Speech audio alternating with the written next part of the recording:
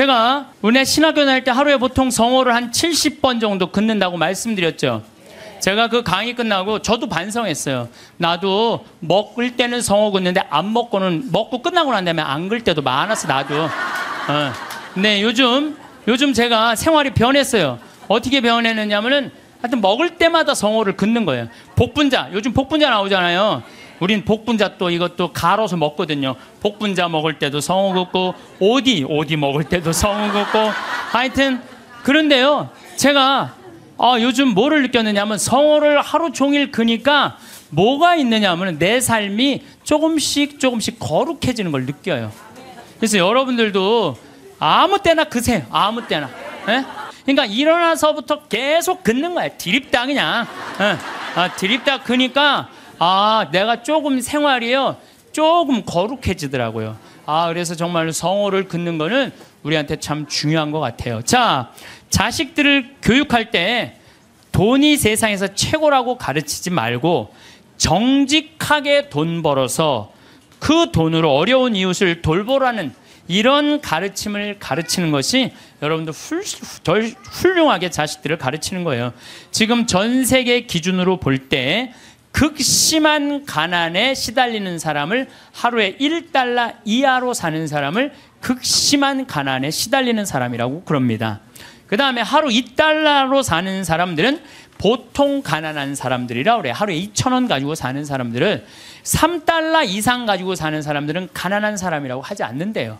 그럼 3달러 이상이면, 3,000원 이상이면은 가난하지 않은 거예요. 그러니까 한 달에 90달러, 그러니까 우리나라 돈으로 10만 원 정도만 한 달을 가지고 있으면 가난하지 않다는 거예요. 근데 여러분들, 우리나라는 지금 어떻게 살죠? 우리나라 최저 생계비가 57만 원이에요. 그러니까 국가에서 저 사람은 도저히 돈 벌 수 있는 재능이 없는 사람이다, 능력이 없는 사람이다, 에게 주는 돈이 57만 원이래요. 그럼 57만 원이면요, 아프리카의 어떤 부자보다도 잘 사는 사람이에요. 어떤 부자보다도. 그럼 아마 여기 지금 뭐 자식들이나 가족이 돈을 벌면은 보통 한 200~300만 원은 벌 거예요. 두 사람이 벌면은 한 400~500만 원은 벌 거예요. 300~400만 원 버는 사람들도 있을 거고. 물론 아르바이트 못하는, 저는요, 제가 평창에 있으면서요, 진짜 안타까운 건 뭐냐면요, 멀쩡한 애들 우리가 구하는데 없어요. 정말로. 아니 서울에는 실업자가 100만 명이니 200만 명이라는데 우리 평창은 정말로 젊은이가 없어요. 그래서 젊은이가 하나만 이력서만 넣으면요, 웬만하면 다 뽑아요. 웬만하면. 근데 그냥 이력서 넣는 사람이 50, 60살, 우리 집은 50, 60은 일을 못해요. 이게 일이 너무 힘들기 때문에. 근데 그냥 오겠다는 사람은 5, 60 이상하면 뼈가 안 좋고 허리가 안 좋고 이런 사람, 멀쩡한 젊은이들은 일을 안 하고. 참 그게 너무너무 안타까워요. 대한민국 사람들이요, 불행한 이유는 바로 돈 욕심 때문에 불행해요. 기도하는 거 보면은 자신의 욕심 충족하기 위해서 물질 축복 비는 사람들 많아요. 특별히 예수님한테 주님 집안채만 나 좀 어떻게 좀 생기게 해주십시오, 이렇게 기도하는 분들이 있는데요, 그 사람들 정말 답답해요. 예수님은요, 이 세상에 오셔서 집안채 없이 사셨어요. 아니 집안채 없이 사신 분한테 집안채 달라고 그러면은, 아니 그 예수님 주겠어요?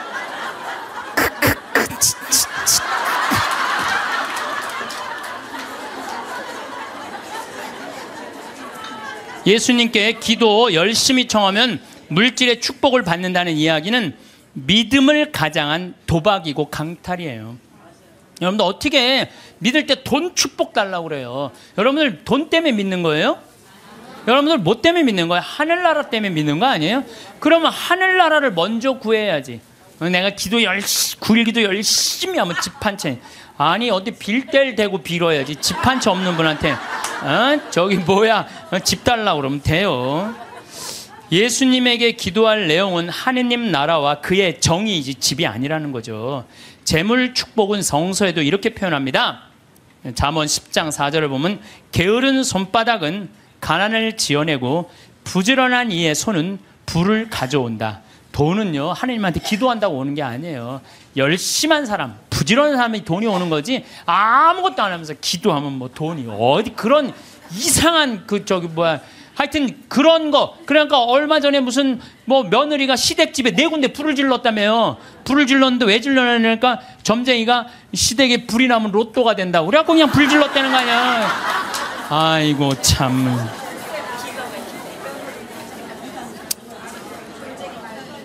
무엇 때문에 죽어라 돈을 버는지는 몰라도 욕심을 내도 돈을 벌어서 가치 있게 쓰려고 벌려는 목적보다는 무조건 돈만 벌려고 그러는 사람들 많아요. 무조건 돈만 모으려고 그러는 사람들 많아요. 내가 이게 돈을 모아서 어디다 써야 되겠다는 분명한 목적이 있는 사람은요 지치지 않아요. 근데 그냥 돈만 들이다 벌려고 그러는 사람은요 방향을 못 찾는 거죠. 저도 생태마을 운영하면서 경제적인 이익이 생기기 시작했어요. 한 10년은 계속 쏟아붓어요. 내 강사료, 내 책, CD 그냥 그야말로 정말 한 뭐 10억 이상 다 내 강사료는 다 쏟아넣었어요. 근데 요즘 이제 경제적인 이익이 생겼어요. 이제 안정이 돼갖고. 근데 내가 이제 돈이 생기니까 나도 이상해질 거 아니에요. 돈이 생기면 이상해지잖아요. 근데 저는 목적이 생겼어요. 목적은 뭐냐면은 아프리카에 잠비아의 자카란다 농장 꾸며주는 게 내 목적이에요. 우리 이제 뭐 평창에는 지금 마침 명동에 왔는데 여기 5층에 우리 프란시스코 전교 수녀님들 아프리카 봉사 가는 수녀님들 사무실에 올라갔어요. 내가 포크레인을 어떻게 할까? 근데 포크레인 그 A10이라고 이렇게 무한궤도 있는 큰 바가지 제대만한 바가지 있는 그걸 살라고 봤더니 2억이 든다는 거예요. 2억이. 근데 내가 2억 모아갖고 포크레인도 사고 트랙터도 사고 다 살라고 그랬는데 포크레인 사면 끝날 것 같아. 그래서 내가 포크레인 그 아는 사장한테 전화해갖고 나 이거 포크레인 중고 살라고 그러는데 어떻게 생각하느냐? 그랬더니 포크레인 사장이 그러더라고. 신부님 뭐하러 사냐고. 그거보다는 우리나라 거 포크레인을 택배로 보내면 된대요. 자기 포크레인을 택배로 보내서 자기가 내년에 한 달 동안 가서 싹 정리해주고 온대요. 그래서 방금 만나고 내려왔어. 명동에 왔더라고. 그 사장하고. 그런데 수녀님이 제일 큰 거라도 한 2천만 원이면 보낸다는 거예요. 그러니까 벌써 얼마를 절약한 거야? 한 1억 8천만 원 절약했잖아요. 이게 제가 그래서 항상 저는 이런 생각해. 계획은 인간이 완성은 하느님이. 예, 계획은 인간이 완성은 하느님. 제가 간장, 고추장, 청국장, 가루, 김치, 복분자, 오디 이거 파는 목적이 있어야 될 거 아니에요. 그동안은 건강한 먹을거리를 국민들한테 제공해 주겠다. 그래서 생태마을 들어갔는데 제공해 주다 보니까 뭐가 생겨? 이익이 생겨. 그럼 그 이익을 어떻게 한다? 써야 돼요. 그래서 지금 자카란다에 고아원, 병원, 농장 꾸미는데 쓰려고 길을 써요. 그러면은요 여러분들 딴 생각이 하나도 안 들어요. 딴 생각이. 돈을 가지고 어디다 쓸 줄 모르는 사람이 딴 생각하고 있는 거예요. 내가 이걸 어디다 주식에다 투자를 할까? 뭐를 할까? 땅을 살까? 이런 생각을 하는 거지. 그래서요 돈은 쌓아두면 썩는 거예요. 써야 돼요. 1 더하기 1은 2인데 1 더하기 1은 100이 되기를 바라는 게 대한민국 사람들 심보예요. 돈이요 내가 1,000만 원 더하기 1,000만 원은 2,000만 원이 돼야 되잖아요. 1,000만 원 더하기 1,000만 원은 1억이 되길 바라는 사람들 여기도 많아요. 여기도 많아요. 얼마 전에 판교 한 뭐 신도시 거기 뭐 로또라고 그랬잖아요. 그럼 내가 한 2억에 이제 아파트를 사뒀단 말이에요. 2억짜리를 사두고 10억 뛰게 바라는 사람들 많아요. 그렇죠? 1 더하기 1은 2인데 1 더하기 1은 10이라고 생각하는 거야. 근데 안 뛰었어. 지금 부동산 경기가 엉망이잖아요.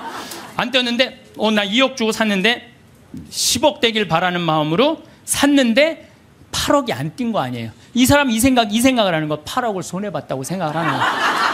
8억을 손해봤다고 생각하니까 억울해요, 안 억울해요? 억울한 거. 근데 문제는 뭐냐면 그 2억을 여기저기 돈을 끌어다가 산 거야. 그럼 이 사람 망해요, 안 망해요? 그래서 욕심이 망하는 거예요. 욕심 때문에 망하는 거예요. 도둑놈 심보가 많아요. 네? 아파트 다단계. 제가 항상 제일 경계하는 게 바로 다단계. 우리 교우들 가정방문 가면요 샴푸 100개 뭐 비누 100개 무슨 건강식품 막 100개씩 있는 집들 많아요. 그 뭐예요? 다 다단계 하는 집들이에요. 다 망하는 거, 다 망하는 거예요. 그게 욕심 때문에 망하죠. 성실하고 부지런한 사람들 안 망해요. 안 망하게 되겠어요. 돈을 벌려고 별별 짓을 다 해요. 나는 100조 규모의 중국과 컴퓨터 합작 회사했다고 뭐 또 70조 규모의 뭐 브라질 대륙 횡단 철도 추진한다면서 노인들한테 190억 돈 사기친 사기꾼이 있어요. 근데 거기에 들어간 사람들이 학교 교장 선생님들, 정말로 똑똑하다는 사람들이 다 사기당한 거예요. 근데 어떻게 사기를 당했나 보니까 100원짜리 주식을 사면 된대. 100원짜리 주식을 사면은 요게 6년 만에 이게 10만 원이 된다고. 이게 뛰면 그렇게 뛴다고. 그럼 이 사람은요 1 더하기 1은 2인데 1 더하기 1이 이게 1000이 되는 거야. 그냥 내가 생각을 하는 게 1억 투자하면 이게 100억이 벌려? 그럼 1억을 내는 거예요. 100억 생각하고. 그러니까 뭐 저런 거에 사기를 당할까? 그런데 사기를 당하더라고요. 뭐 때문에? 욕심이라는 요 악마 때문에요. 다 함정에 빠지는 거예요. 뭐 또 뭐 수원에서는 백화점 상품권 1000만 원 투자하면 매일 92만 원씩 주겠다고 사기를 쳐갖고 140억을 투자한 사람. 이 사람 저 사람 다 돈 끌어다가 다 투자하는 거예요. 여러분들 생각을, 나도 수원 사람이지만 수원 깍쟁이들이 사기당했다는 게 난 이해가 안 돼요. 수원 깍쟁이들이 사기당했. 아마 여러분들도 많을 거예요. 1000만 원을 내면 한 달에 90만 원씩 나와? 그럼 야, 한 달이면 다 나오네? 내는 거죠. 사기꾼들의 그 말에 다 넘어가는 거예요. 또 뭐 청와대 판검사들을 청와대가 뭐 판검사들이 보호하는 로얄 패밀리 클럽이라고 써있어서 2천억을 떼어먹은 사람도 있어요. 말도 안 되는 거에 사기당하는 건 다 여러분들은 뭐 때문에 그래요? 욕심 때문에. 그 욕심이 나를 끌고 들어가는 거예요. 그러니까 제발 1 더하기 1은 2지 1 더하기 1은 100이 아니에요. 무슨 돈이 뭐 뻥튀기 과자에 넣어놓으면 뻥 하고 터져갖고 그냥 막 엄청나게, 요 뻥튀기 과자에 쌀 요만큼 넣잖아요. 나 뻥튀기 평창에서 뻥튀기 기계도 하거든요. 애들 오면은 그 요만한 쌀을 뻥튀기 기계에 넣어요. 그래갖고 막 1시간 정도 열을 가하면 뻥 하면 엄청나게 커지잖아요. 돈이 그렇게 되는데 돈은 절대 그렇지 않아요. 하나하나 쌓이는 거죠. 여러분들, 내가 정말 똑똑하진 않지만 내가 똑똑하지 않은 머리로 생각을 해봤어요. 여러분들 왜 사기를 당하느냐? 나라 경제가 3% 성장한다면요, 은행 이자는 3% 넘기가 힘들어요. 정기 적금을 넣어야 3.9%예요. 오늘 아침에 내가 라디오에서 들었어요. 정기 적금을 넣어야 3.9%예요. 그러면 그걸 3.9% 넣어봤자 1억 넣어봐야 30만 원, 40만 원 나오는 거야. 300만 원, 400만 원 나오는 거야. 1억 넣어야. 한 달에 30만 원 나오는 거야. 1억 넣어야. 그러니까 아유, 이 돈 갖고 뭘 해? 근데 어떤 사람이 살살살살 꼬셔요. 여기 펀드에 넣으면은 이게 한 20% 이익이 나와. 이게 너만 알아. 너만. 내가 아무한테도 안 알려주는 거야. 내가 너만 알고 있어. 이거 여기다 넣으면 20%. 1억에 20% 2천만 원이란 말이야. 그럼 한 달에 200만 원씩이면은 어때요? 할만하죠? 그래서 사기를 당하는 거예요. 그래서 국가 경제가 3% 성장이면요, 이자는 3% 넣기가 어려워요. 근데 만약에 15%, 20% 얻을 수 있다라고 말하고 다가오는 사람은요, 100% 사기꾼이라고 생각하면 돼요. 3% 이자에 3.5% 이거는 돼요. 근데 내가 20%까지 불려줄게. 100% 사기꾼이라고 생각하면 돼. 그런데 이렇게 듣고도 오늘 나가서 여기 말이야, 너만 알아, 너만 알아. 예. 그래? 넘어가는 거죠. 노름, 경마, 강원랜드 도박만 하지 않았어도요, 자녀들과 여행도 다니고 좋은 일도 하고 부부가 함께 여행하고 부모님한테 용돈 드리고 여유롭게 살 사람들 많아요. 근데 저 지금 경마장, 무슨 경정장, 무슨 뭐 전부 다 이 사람들 영혼 망가뜨리는 거예요. 정말 여러분들 그런 거 뭐 재미로 가다가 인생 망치는 거예요. 재미로 가다가. 예. 그 귀중한 돈 제대로 한번 써보지도 못하고 공중에 날리는 사람들 많습니다. 아니 200억 있으면 뭐하러 강원랜드 갖고 그걸 그냥 날려요. 200억 가지고 고아원도 짓고 어려운 사람 장학재단도 설립하고 버려진 독거 노인들도 돌봤어요. 거기만 쭉 일주일에 돌아다녀도 그렇게 해도요, 인생 의미도 찾고 행복하고 삶의 보람도 느낄 거야. 200억을 날리고 나면, 그러니까 거기서 뛰어 죽는 사람 1년에 50명, 60명이 뛰어 죽는다는 거예요. 사기당하는 분들 다 이유가 있어요. 하루아침에 벼락부자시고 좀 욕심 가지고 있는 사람들, 지금 버는 수입보다 더 큰 수입을 벌 수 있다는 말에 현혹될 때, 그래서 전 대박이라는 단어를 싫어해요. 대박이 어디 있어요, 대박이. 그 달 벌어서 내가 500만 원, 300만 원 벌으면 그중에 50만 원, 60만 원 저금해서 한 5년, 10년 해갖고 1억, 2억 맞추고 집 한 채 사고, 그 집 사고 또 한 10년 열심히 일해갖고 한 3, 4억 해갖고 퇴직할 때 한 4억, 5억 정도 지니고, 그리고 그거 가지고 늙을 때까지 살아가는 거죠. 그러다가 정말로 돈이라는 건 축복이에요. 그거 오는 수가 있어요. 내가 산 집이 어쩌다가 떼어갖고 그걸 정리해갖고 다시 좀 어떻게, 그 정도는 되더라도 어느 날 갑자기 떼돈을 버는 일은 없어요. 또 떼돈을 번다고 여러분들 행복하지도 않아요. 내가 전 시간에도 말했지만 떼돈을 버면요, 이 사람들 떼같이 몰려. 떼같이 떼같이 몰려갖고 돈 꿔달라, 머리 아파요. 여기 계신 분들 이런 분들이 있어요. 입만 열면 돈이 원수라고, 돈이 원수라고 말하는 사람, 이렇게 말하는 사람들 사기당할 가능성이 많아요. 입만, 아유 돈이 원수야, 이런 사람들 사기당할 가능성이 많아요. 돈이 원수야. 그런데 예수님이 원수를 사랑해라. 그러니까 아, 내가 돈을 사랑해야 되겠구나. 돈을 너무 사랑하다 보면 디모데후서 1장 6절, 1서 6장 10절에 보면요, 돈을 사랑하는 것이 모든 악의 뿌리입니다. 돈을 따라다니다가 길을 잃고 신앙을 떠나서 결국 격심한 고통을 겪는 사람들도 있습니다. 그래서 여러분들 사기당하기 싫으면요, 사기꾼들의 특징이 있어요. 호화롭거나 명품 이야기 많이 하면서 입만 열면 대박 터진다고 말하는 사람들, 이런 사람들 사기꾼들 가능성이 많아요. 자신이 뭐 누구 유명인 영화배우, 무슨 국회의원, 무슨 정치인들 안다고 맨날 입만 열면 얘기하는 사람들 사기꾼일 가능성이 많다는 거예요. 전화번호가 이유도 없이 자주 바뀌는 사람들, 여러분들 전화번호 그냥 끝까지 쓰는 사람들 있죠? 이 사람들 사기꾼들 아니에요.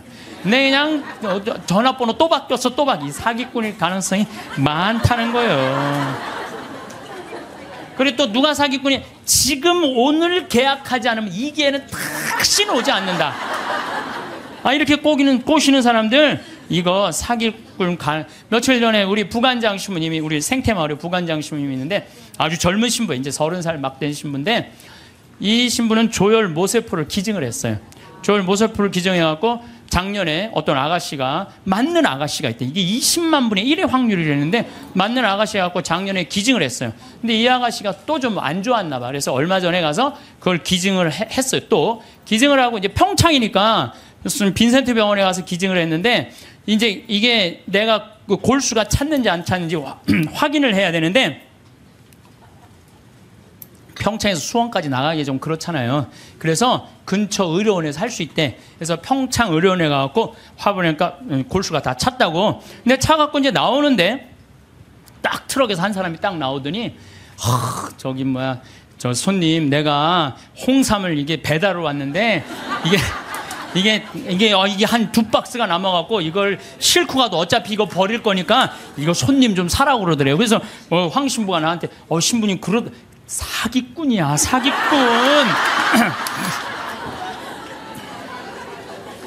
꼭 이상하게 뭐 이거 오늘 그래, 참 이거, 아니 나같이 저는 안 순진해요. 우리 부관장 같이 순진한 사람은 당해요. 그러니까 여러분들 정말 지혜로워야 돼. 정말 뱀 같은 지혜가 있어야 돼요, 사기 안 당하려면은. 그래서 오늘 와서 강의, 무슨 성가정 영성피정에 내가 사기 안 당하는 법도 가르쳐주고.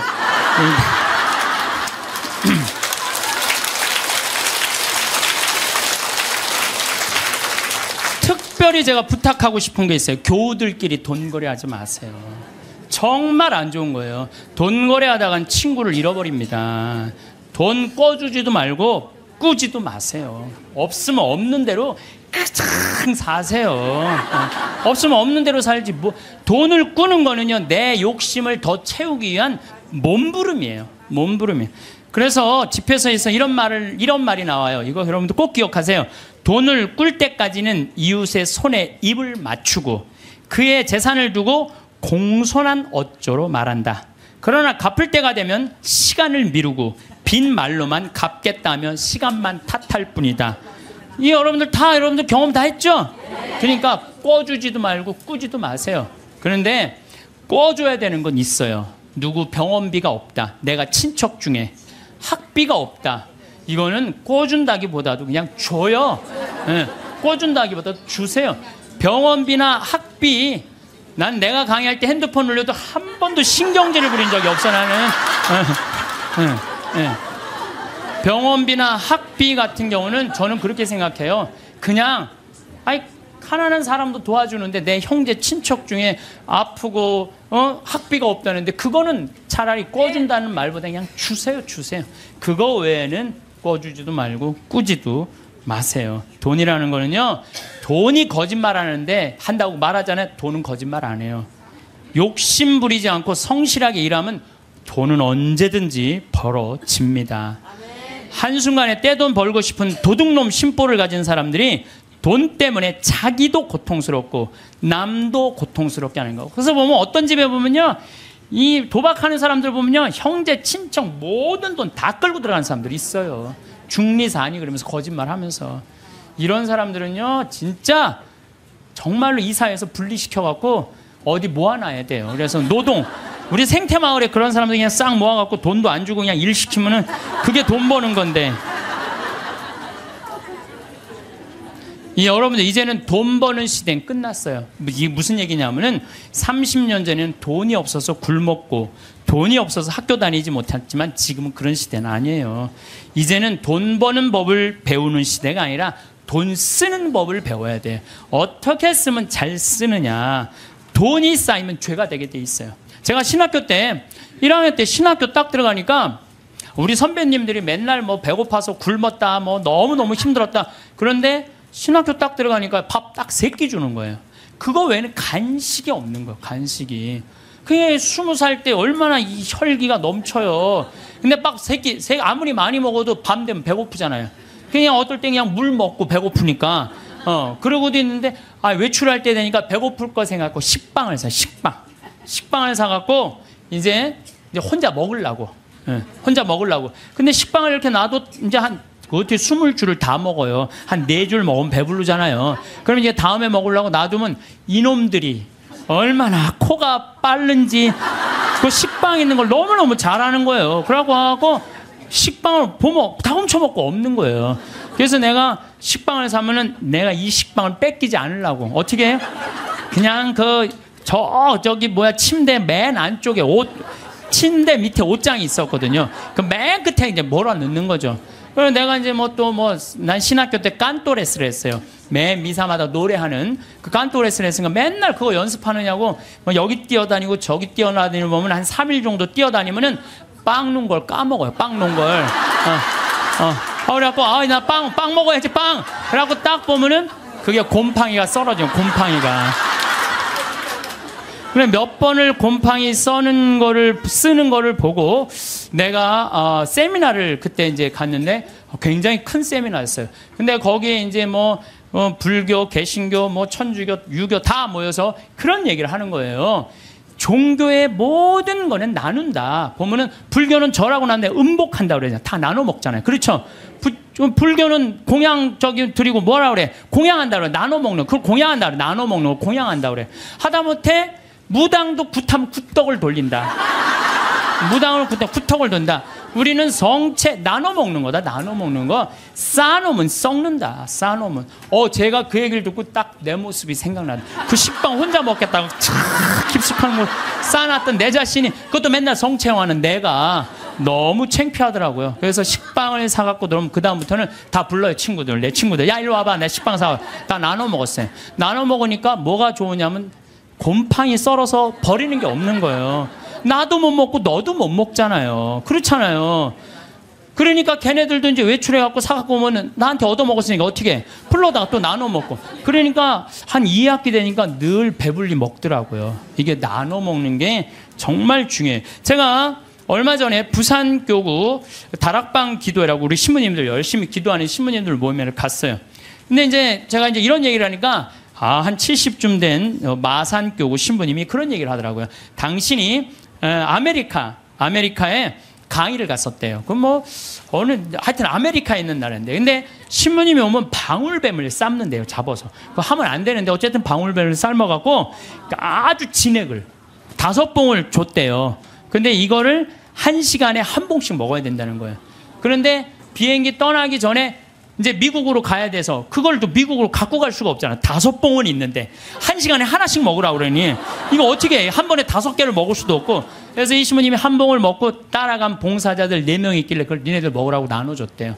나눠주고 이제 먹으니까 막 몸에 열이 나고 막 여기서 이 하얀 속옷이 노랗게 변하더래. 뭐가 진액이 나와갖고 미국에 갖고 이제 그 얘기를 했더니 의사가 그런 얘기를 하더라고요. 신부님, 만약에 신부님이 급한 마음에 5봉을 다 먹었으면 신부님은 장협착으로 죽었다는 거예요. 그러니까 장협착으로 죽을 수도 있었다는 거예요. 근데 신부님이 나누는 바람에 신부님도 살고 나머지 사람도 다 사는 거라고. 근데 그 신부님이 70인데 피부가 나보다 더 고와. 방울뱀을 먹어서 그런지, 방울뱀을 먹어서 그런지. 그리고 나눠 먹은 분들도 5년 동안 감기 한 번 안 걸렸다는 거예요. 나누니까 너도 살고 나도 사는 거예요. 혼자 먹으려고 그럴 때 나도 죽고 너도 죽는 거예요. 돈도 똑같아요. 나만 먹으려고 돈 감춰두잖아요. 그럼 나도 못 쓰고 너도 못 쓰면요, 국가적으로도 손해요. 세금 내야 돼요. 이 나라에서 살면 세금 내야죠. 왜 떼어먹어 세금을. 특히 교회 안에 돈이 쌓이면 그 돈은 서로 뜯어먹으려고 모략과 모함이 난무합니다. 교회는요, 돈이 생기는 대로 쌓아두지 말고 나눠야 돼, 나눠야 돼. 제가 정말 생태마을 한 10년 동안 빚에 허석이다가 이제는 농산물도 잘 팔리고 피정도 많이 오고 해서 이젠 정말 편안해졌어요. 근데 저는 제 신념이 뭐냐면은 그 달에 번 건 그 달에 다 쓰자. 이게 내 신념이에요. 그래서 제가 막 이 강의 때 여러분들 돈 있으면 여행 다니라고 그러잖아요. 그럼 내가 여러 차례 얘기했지만 올해 2월 달에 처음으로 우리가 빚이 없었어요. 그래갖고 우리 직원들이 10년, 나하고 일하는 직원들 10년, 15년 동안 정말 힘들게 일해왔거든요. 그래서 내가 직원들한테 그랬어요. 야, 우리 이제 오래간만에 수익이 났으니 이거 가지고 성주순례 가자. 그래갖고 아시시, 그 다음에 무슨 뭐 베드로, 뭐, 그 다음 반내, 전부 다.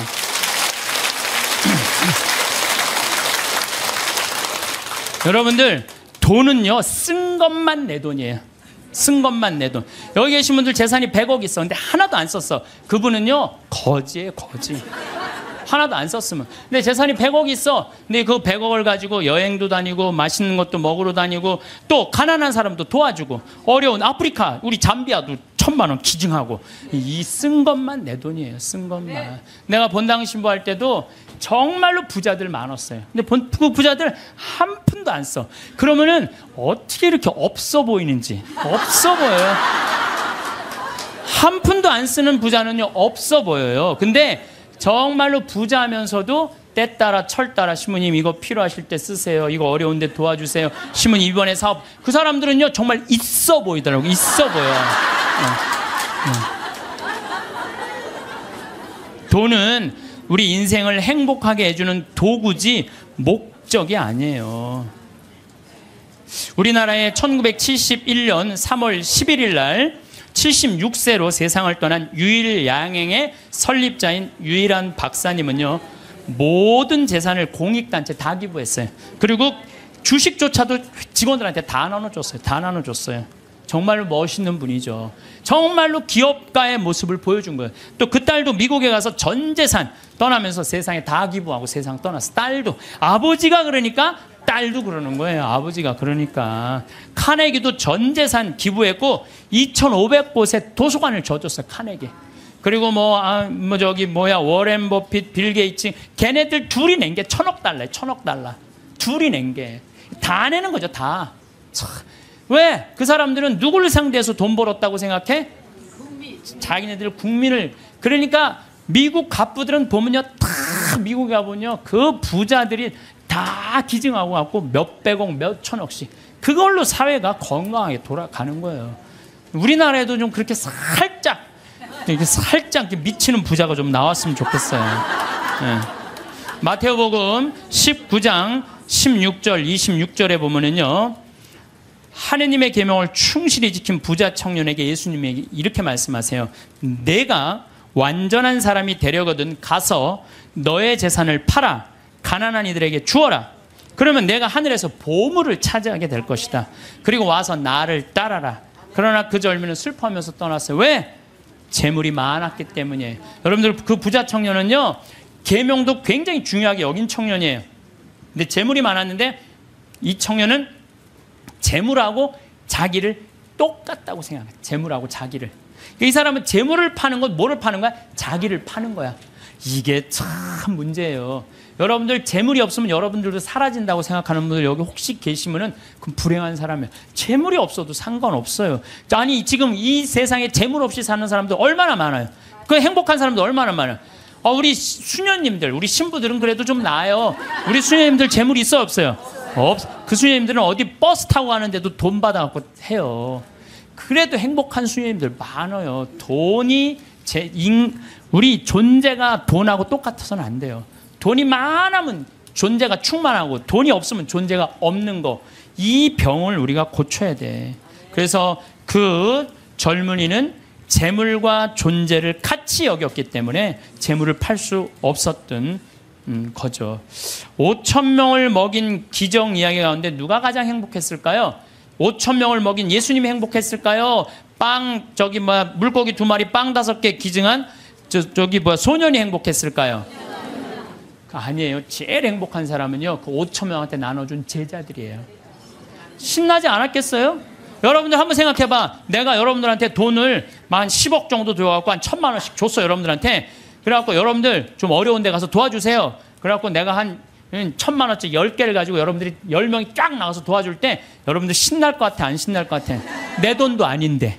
내 돈도 아닌데 나눠주는 게, 가난한 이웃한테 나눠주는 게 얼마나 좋아요. 나는 여기서 제일 행복한 사람은 제자들이라고 생각해요. 여러분들이 하느님이 여러분들한테 지금 재물을 맡겼어요. 어떤 분은 10억을 맡긴 분도 있고, 어떤 사람은 1억을 맡긴 분도 있고, 어떤 사람은 100억을 맡긴 분이 있어. 왜 맡겼어요? 나눠주라고 맡긴 거예요. 나눠주라고. 나눠주라고 맡겼으면 나눠야 될 거 아니야. 근데 안 나눠. 끝까지 쥐고 있다. 그냥 죽어. 그럼 그냥 자식이 네가 나누냐 내가 나누냐 싸워서 원수돼서 안 만나고. 그러지 말자는 거예요. 우리 대한민국 사회가 이제 건강하려면 어떻게 해야 돼? 나눠야 돼요. 쌓아두면 썩게 돼 있어요. 쌓아두면 어느 사회든 자꾸 나누면은 샘솟게 돼 있어요. 나누는, 신부님 그거는 제가 조금 못 받아들이겠는데, 나누면 하나도 없죠. 근데요, 하느님한테 11조 봉헌한 분들이 왜 잘 되는 줄 알아요? 11조 봉헌하려고 그러면요, 적은 돈 아니에요. 그럼 그 돈을 하기 위해서 다른 생활에 충실해져요. 다른 생활에 충실해지기 때문에 축복을 받는 거예요. 나누는 사람들은요, 생각이 건강하기 때문에요, 사기도 안 당하고 유혹도 안 당해요. 그렇기 때문에 그런 분들은 재물 관리도 잘 할 수 있는 거예요. 그래서 한 건강한 쪽으로. 자, 모세의 10계명, 아론의 황금 송아지 가운데 여러분도 어느 걸 택할 거예요? 모세의 10계명을 택할 거예요? 아론의 황금 송아지를 택할 거예요? 10계명? 자, 근데 강의를 들어보면 또 생각이 좀 달라질 거예요. 모세가 10계명을 받으러 시나이 산으로 올라갔어요. 올라갔는데 불안해. 이제 뭐 이집트에서 탈출해서 왔단 말이야. 근데 시나이에 가보면요, 아무것도 없어요. 좀 사막이야, 사막. 전부 돌산이고. 시나이 산도 완전히 돌산이야, 돌산. 근데 모세는 사라졌는데 먹을 건 아무것도 없고 불안하잖아요. 이게 어떻게 하지? 어떻게 하면 좋을까? 고민을 하고 있는데 사람들이, 아니 모세는 안 보이고 우린 불안하다. 우리 그냥 모아갖고 우리 황금송아지 만들자. 그래? 황금송아지? 그래, 좋다. 황금송아지 만들자. 근데 당시에 유대라는 땅, 시나이라는 땅은요, 척박하게 이를 데 없었어요. 그 척박한 땅을 가르려면 누가 있어야 돼? 소가 있어야 돼요. 소가 없으면 농사 못 져요. 소가 없으면. 소가 쟁기로 이랑과 고랑을 만들어 줘야 돼요. 그래서 이랑이 높아야 돼. 이랑이 높아야지 씨를 이렇게 넣으면은 그 씨들이 바람에 잘하고, 고랑이 있어야지 물도 잘 빠지고. 그러니까 그걸 사람 손으로 하려면 농사 못 져요. 그러니까 이스라엘 사람들에게 있어서 소는 그냥 소가 아니에요. 이건 생명하고 똑같은 거예요. 그리고 그냥 소예요? 뼈 주지, 우유 주지, 고기 주지, 가죽 주지. 그러니까 이 황금 송아지, 우리가 그냥 생각하는 그런 송아지가 아니에요. 이 사람들한테는 모든 걸 다 주는 거예요. 그러니까 황금송아지를 딱 하면 마음이 놓여 안 놓여? 놓이잖아. 저게 우리를 먹여 살리는 거예요. 십계명 무슨 십계명이 밥 먹여줘. 그래갖고 그냥 이 십계명 그냥 다 때려치고 그냥 황금송아지 속에서 그냥 제가 이 고추 농사를 지면은요 많은 사람들이 저한테 그래요. 시면 어떻게 농약을 안 치고 어떻게 고추 농사를 짓느냐고. 돼요. 왜냐하면은요 이 고랑이 보통 우리 농사 짓는 분들 고랑이 20cm도 안 돼요. 근데 우리는 거의 50cm 정도 넓어요. 고랑이. 이랑도 높고. 이게 50cm 넓으면은요, 아이고, 저게 무슨 농사야? 그럴 것 같은데요. 고랑이 넓으면요, 바람이 잘 통해요. 바람이 잘 통하면 병이 안 들어. 역병 뭐 이런 거 안 들어요. 그런데 보면은 바닥바닥해. 그러니까 처음에 우리 저기 도돈리, 응암리 주민들이 신부님 그렇게 해서 농사를 어떻게 짓느냐고. 근데 놀라운 거는요, 이 고추가 열릴 때 보면요, 이 대가 견디질 못해요. 너무 많이 열려갖고. 그래서 제가 그걸 보면서 농사도 욕심 부리면 안 돼요. 그리고 내가 정말 놀라운 거는 감 있잖아요. 감이요, 5월달만 되면은요, 이렇게 자라다가요, 그 애를 다 조절을 자기네들 느껴요. 그래갖고 올해는 좀 많이 괜찮을 것 같다. 그러면 그런데 올해는 좀 날이 좀 괜찮을 것 같다. 감이 다 알아요. 그래갖고 다 떨어뜨려요. 보면은 5월달에 가면 감 조그만 거 다 떨어져 있어요. 감 하시는 분들 아시죠? 그 왜냐면 자기가 조절하는 거야. 그러면은 감이 아주 튼실하게 열리는 거야. 아니 우리 지금 토마토 하고 있지만 토마토 이거 꽃을 안 따주잖아요. 조그맣게 열리고 커지지는 않아요. 그러니까 뭔가 포기를 해야 돼요. 포기를 해야 돼. 그러니까 이랑 고랑. 어쨌든 이 사람들은 그 이랑과 고랑을 만들어주는 누가 고마워? 황금송아지가 고마운 거예요. 여러분들 여기 계신 분들 십계명보다는 황금송아지, 집에 가보면 황금송아지 한 마리씩 다, 아니 집에는 없어도 머릿속에 황금송아지 있는 분들 많아요. 근데요 계명을 택할 것이냐 황금송아지를 택할 것이냐, 이건 여러분들 잘 생각해야 돼요. 황금송아지는 세상이에요. 계명은 하느님이고. 내가 뭘 붙잡고 살 것이냐. 하느님 붙잡고 산다고 돈 축복 안 받는 거 아니야. 제가 말씀드렸지만 정말로 하느님 뜻대로 살아가면 이 사람들 재물 쌓여요. 이 사람이 사기를 당하겠어요? 엄한 짓을 하겠어요? 성실하게 살면 돈 쌓여요. 다 엎어지는 건 다 1 더하기 1은 100이라고 믿는 사람들이 다 엎어지는 거지, 1 더하기 1은 2라고 생각하는 사람들은 안 엎어집니다. 예, 망하지 않아요. 예.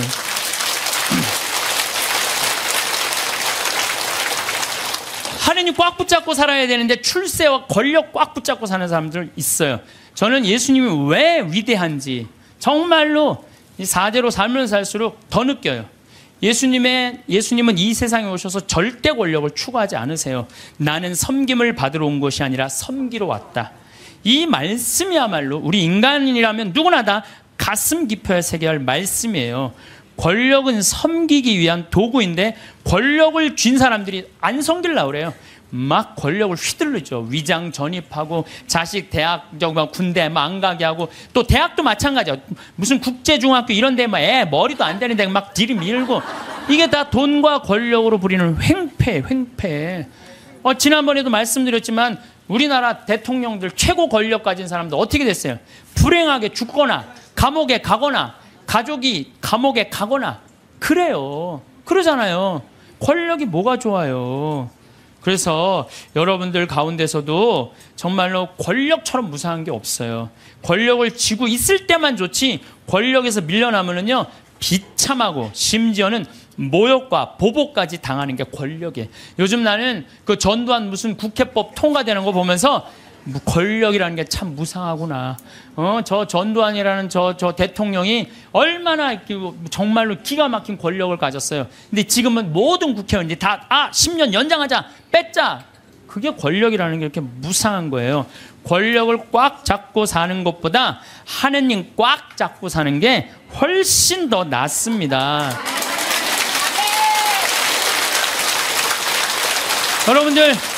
여러분들 이 생각을 해봐요. 하느님 아버지처럼 대단한 권력 가진 사람이 어디 있어요? 그렇죠? 그 아버지 꽉 잡고 가슴에 하늘나라 여권 있으면 됐지. 뭘 더 욕심을 펴요. 밥 새끼 얻어먹으면 됐지. 예. 여러분들 고통스러운 거는 내가 왜 내가 나한테 돈이 없을까? 내가 돈이 있으면 정말로 멋지게 살아볼 텐데 돈 없어도요 멋지게 살아요. 마음이 건강하고 생각이 바른 사람은요 돈 없어도 건강해 살아요. 근데 이 정신이 썩은 사람은요 100억을 갖다 줘, 1000억을 갖다 줘, 다 소용없어요. 다 소용없어요. 그래서 뭐가 우리 마음 안에는 하느님의 계명이 있어야지 황금 송아지가 있으면 안 돼요. 그래서 오늘 여러분들 마음 안에 혹시 내가 지금 나를 괴롭히는 건 뭐 때문이야? 황금 송아지가 날 지금 끊임없이 그 뿔이 내 가슴을 받는데도 그래도 좋아. 나는 황금 송아지 뿔에 받쳐도 좋아. 나는 죽어도 좋아. 그러시지 마시기를 정말로 바라겠습니다. 저는 나중에 하느님 앞에 갔을 때 너 어떻게 살아왔느냐? 저 대통령인데요. 너 어떻게 살아왔는데? 나 신부였는데 너 어떻게 살아왔는데? 나 장관이었는데요. 너 어떻게 살았는데? 나 구역장이었는데 너 어떻게 살아왔느냐? 뭐 어떻게 살아요? 너 어떻게 살아왔는데? 저는요 하느님 장관도 아니고 대통령도 아니고 신부도 아니었는데요. 가난하고 헐벗고 불쌍하고 감옥에 갇히고 병들고 목마른 사람들한테 물 한 잔 나눠주려고 노력을 하고 살았어요. 너 하늘나라. 베드로 성인이 너 하늘나라. 저는 장관인데요. 전 대통령인데요. 전 신부인데요. 계속 시험에 계속 떨어지는 거예요. 마태복음 25장만 읽어보면요. 우리가 하늘나라를 어떻게 통과하는지 너무너무 잘 써 있어요. 그래서 여러분들 마지막 날 하늘나라 여행 떠날 때 쫙 여권 내놓고 이 은행 통장 잔고 뭐 어떤 잔고가 필요해? 어렵고 가난하고 불쌍한 사람한테 도와준 잔고를 하나님한테 내놓으시기를 바라겠습니다. 세월의 강물은 쉼없이 흐르고 우리는 그 강변에 앉아 지나온 삶을 돌아봅니다. 뜨거운 여름날의 열정, 가을날의 풍성함, 그리고 겨울날의 고요함까지 우리 각자의 삶은 참으로 다채로운 이야기를 담고 있습니다. 봄날의 설렘과 희망, 여름의 역동적인 에너지, 가을의 성숙한 결실, 겨울의 깊은 성찰까지 사계절이 순환하듯 우리의 인생도 끊임없이 변화하고 성장해왔습니다. 돌이켜보면 청춘의 시절에는 모든 것이 가능할 것만 같았습니다. 세상을 향한 무한한 열정과 꿈으로 가득했던 그 시절, 우리는 높은 산을 오르듯 목표를 향해 달려갔습니다. 때로는 넘어지고 상처받기도 했지만 그럴 때마다 다시 일어서는 힘을 찾았습니다. 중년의 시기에는 가정을 이루고 책임을 져야 하는 무게를 느꼈습니다. 어깨 위의 짐이 무거워질수록 우리는 더욱 단단해졌고 삶의 현실과 마주하며 진정한 성숙을 배워갔습니다. 이제 우리는 삶의 지혜가 깊어지는 시기에 서 있습니다. 과거를 돌아보며 미래를 내다볼 수 있는 특별한 자리에 있습니다. 이 시기에 돈과 나눔, 그리고 삶의 참된 가치에 대해 함께 생각해보는 시간을 갖습니다. 우리는 살면서 돈을 벌기 위해 참으로 애썼습니다. 이른 새벽부터 늦은 밤까지 일하며 자녀들을 키우고 가정을 이루며 더 나은 삶을 위해 부지런히 노력했습니다. 그 과정에서 우리는 수많은 시련을 겪고 때로는 좌절하기도 했지만 결국 오늘의 우리를 만들어낸 소중한 경험들이었습니다. 돈은 분명 우리 삶의 많은 부분을 편리하게 만들어 주었습니다. 따뜻한 집에서 가족과 함께 저녁을 먹고 아이들에게 좋은 교육 기회를 제공하며 아플 때 치료받을 수 있게 해주었습니다. 또한 꿈꾸던 여행을 떠나고 소중한 사람들과 의미 있는 시간을 보낼 수 있게 해주었습니다. 이처럼 돈은 우리가 원하는 삶을 살아갈 수 있게 해주는 중요한 도구였습니다. 하지만 때로는 돈이 우리의 마음을 흔들고 눈을 가리기도 했습니다. 더 많이 가지려는 욕심 때문에 마음의 평화를 잃었던 순간도 있었을 것입니다. 남과 비교하며 부족함을 느끼고 불안과 초조함에 시달렸던 밤들도 있었습니다. 돈을 위해 소중한 관계를 소홀히 하거나 건강을 잃어버린 경험도 있을 것입니다. 그런 순간들을 통해 우리는 깨달았습니다. 돈이 삶의 전부가 될 수는 없다는 것을. 진정으로 중요한 것은 돈의 양이 아니라 그 돈을 어떻게 바라보고 어떻게 사용하는가에 있습니다. 돈은 그저 도구일 뿐입니다. 망치가 집을 짓는 도구이듯 돈은 삶을 풍요롭게 하는 도구입니다. 우리가 인생의 목표를 세우고 그 목표를 향해 나아갈 때 돈은 유용한 수단이 됩니다. 하지만 돈 자체가 목적이 되어버리면 우리는 길을 잃고 맙니다. 단순히 많이 모으는 것에 그치지 않고 어떤 의미를 부여하느냐에 따라 돈의 가치는 달라집니다. 가족의 행복을 위해 모은 돈, 꿈을 실현하기 위해 저축한 돈, 어려운 이웃을 돕기 위해 준비한 돈은 모두 다른 의미와 가치를 갖습니다. 부지런함과 성실함으로 얻은 돈은 그 자체로 고귀한 땀의 결실입니다. 정직한 노동으로 벌어들인 수입은 우리의 존재 가치를 증명하는 상징이기도 합니다. 이 세상의 모든 것은 홀로 존재하지 않습니다. 나무는 흙과 물, 햇빛과 바람의 도움으로 자라고 강은 무수한 물줄기가 모여 이루어집니다. 우리 역시 주변의 도움과 나눔 속에서 성장하고 살아왔습니다. 부모님의 사랑, 선생님의 가르침, 친구들의 우정, 동료들의 협력, 그리고 수많은 이름 모를 사람들의 배려와 선의 속에서 오늘의 우리가 있습니다. 돈 또한 그렇습니다. 움켜쥐고만 있으면 결국 썩어버리는 것이 돈입니다. 마치 흐르지 않는 물이 고여 썩는 것과 같습니다. 생명력 있는 물은 끊임없이 흐르며 새로움을 만들어냅니다. 돈도 마찬가지로 흘려보낼 때 비로소 그 진정한 가치를 발휘합니다. 순환하는 돈은 경제를 활성화시키고 일자리를 만들며 사회 전체의 발전에 기여합니다. 나눔을 통해 돈은 새로운 생명을 얻고 더 큰 기쁨과 행복으로 되돌아옵니다. 어려운 이웃에게 건넨 작은 도움이 그들의 삶에 희망을 불러일으키고 그 기쁨이 다시 우리에게 따뜻한 감동으로 돌아옵니다. 교육에 투자한 돈은 미래의 인재를 키우고 문화와 예술에 쓴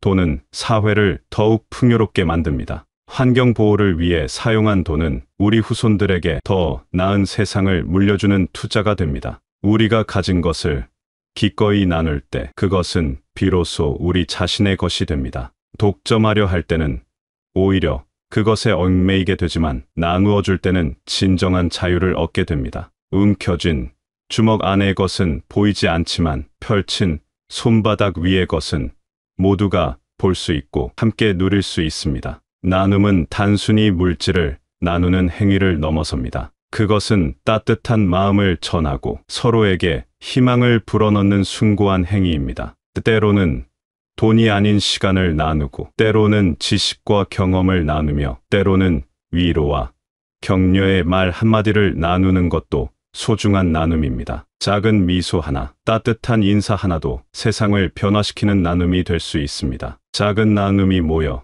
세상을 더 아름답게 만들고 우리 모두의 삶을 풍요롭게 합니다. 한 사람의 작은 선행이 파문처럼 퍼져나가 수많은 사람들의 마음을 움직이고 결국 사회 전체의 분위기를 바꾸어 놓습니다. 이것이 바로 나눔의 힘이자 아름다움입니다. 권력 또한 마찬가지입니다. 권력은 섬기기 위해 존재하는 것이지 지배하기 위해 존재하는 것이 아닙니다. 진정한 리더는 앞장서서 이끄는 사람이 아니라 뒤에서 밀어주고 지지해주는 사람입니다. 가정에서, 직장에서, 사회에서 우리가 가진 영향력은 다른 사람들을 위해 사용될 때 그 가치를 발휘합니다. 이 역사를 되돌아보면 권력을 꽉 쥐려 했던 이들 중 많은 이들이 결국 불행한 결말을 맞았습니다. 권력에 취해 교만해지고 다른 사람들의 목소리에 귀를 기울이지 않으며 결국 고립되어 쓸쓸한 말년을 보낸 경우들을 우리는 숱하게 봐왔습니다. 반면 권력을 섬김의 도구로 사용한 이들은 역사에 길이 남는 존경받는 인물들이 되었습니다. 진정한 힘은 섬김에서 나오고 진정한 영광은 겸손함에서 비롯됩니다. 다른 사람을 위해 자신을 낮추는 것이야말로 가장 높은 품며 가장 강한 힘입니다. 어머니가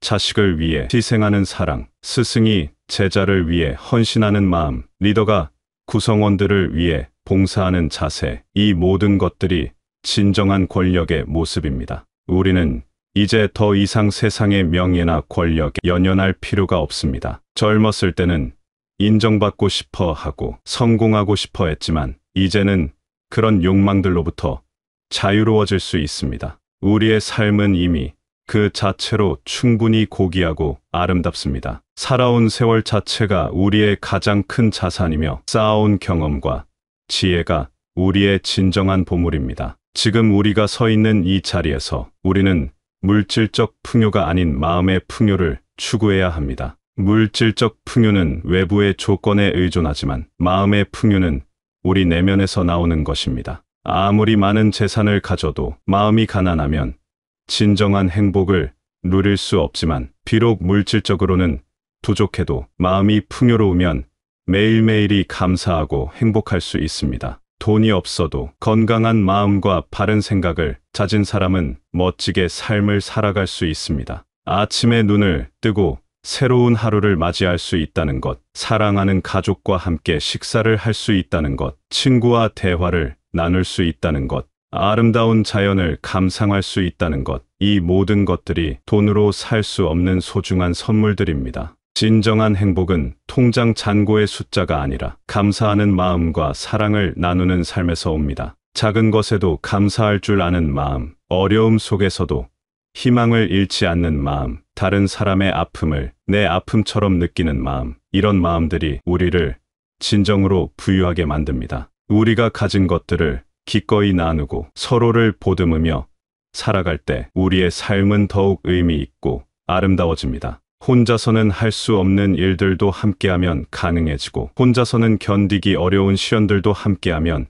이겨낼 수 있습니다. 나눔과 협력, 배려와 사랑이 있는 공동체에서 우리는 진정한 풍요로움을 경험할 수 있습니다. 사랑하는 이들이여, 우리는 모두 삶이라는 큰 여정을 함께하고 있습니다. 이 여정은 때로는 평탄한 길이었고 때로는 험난한 산길이었습니다. 맑은 날도 있었고 비바람 치는 날도 있었습니다. 웃음과 기쁨으로 가득했던 순간들도 있었고 눈물과 아픔으로 힘들었던 시간들도 있었습니다. 때로는 길을 잃은 듯 막막하게 느껴질 때도 있을 것입니다. 앞이 보이지 않아 두렵고 어디로 가야 할지 모르겠어서 불안할 때도 있을 것입니다. 그런 순간들은 누구에게나 있는 자연스러운 경험입니다. 중요한 것은 그런 어려움 속에서도 포기하지 않고 계속 걸어가는 것입니다. 하지만 기억하십시오. 우리의 삶은 그 자체로 의미 있고 소중합니다. 우리가 살아온 모든 순간들, 기쁨과 슬픔, 성공과 실패, 만남과 이별, 이 모든 것들이 우리를 지금의 우리로 만들어낸 소중한 경험들입니다. 지난날의 모든 경험들이 지금의 우리를 만들었습니다. 그 경험들 없이는 지금의 지혜와 성숙함도 없었을 것입니다. 실패했던 경험들조차도 우리에게 값진 교훈을 주었고, 아팠던 시간들조차도 우리를 더욱 강하게 만들었습니다. 때로는 돌아가고 싶은 순간들도 있겠지만 그 모든 과정들이 있었기에 지금의 우리가 있는 것입니다. 과거를 후회하기보다는 그 모든 경험들에 감사하며 그것들을 우리 삶의 소중한 자산으로 여겨야 합니다. 그러니 너무 조급해하지도 불안해하지도 마십시오. 이 인생은 마라톤과 같습니다. 빨리 달려야 하는 것이 아니라 끝까지 완주하는 것이 중요합니다. 각자의 속도가 있고 각자의 길이 있습니다. 다른 사람과 비교하며 초조해할 필요가 없습니다. 우리는 우리만의 속도로, 우리만의 방식으로 걸어가면 됩니다. 우리는 충분히 잘 살아왔고 앞으로도 우리의 방식대로 아름다운 삶을 이어나갈 것입니다. 지금까지 해온 것처럼 성실하게, 정직하게, 사랑으로 살아가면 됩니다. 완벽하지 않아도 괜찮습니다. 부족함이 있어도 괜찮습니다. 그 모든 것들이 우리를 인간답게 만들어주는 요소들입니다. 모든 순간이 의미 있고 모든 발걸음이 가치 있습니다. 오늘 하루도 의미 있게 보낸 하루이고 내일도 새로운 가능성으로 가득한 날입니다. 지금 이 순간도 우리 삶의 소중한 한 페이지입니다. 그러니 이 순간을 소중히 여기고 감사하는 마음으로 살아가시기 바랍니다. 지금 이 순간 여러분의 삶을 사랑하고 작은 것에 감사하며 평화로운 마음으로 살아가시기를 바랍니다.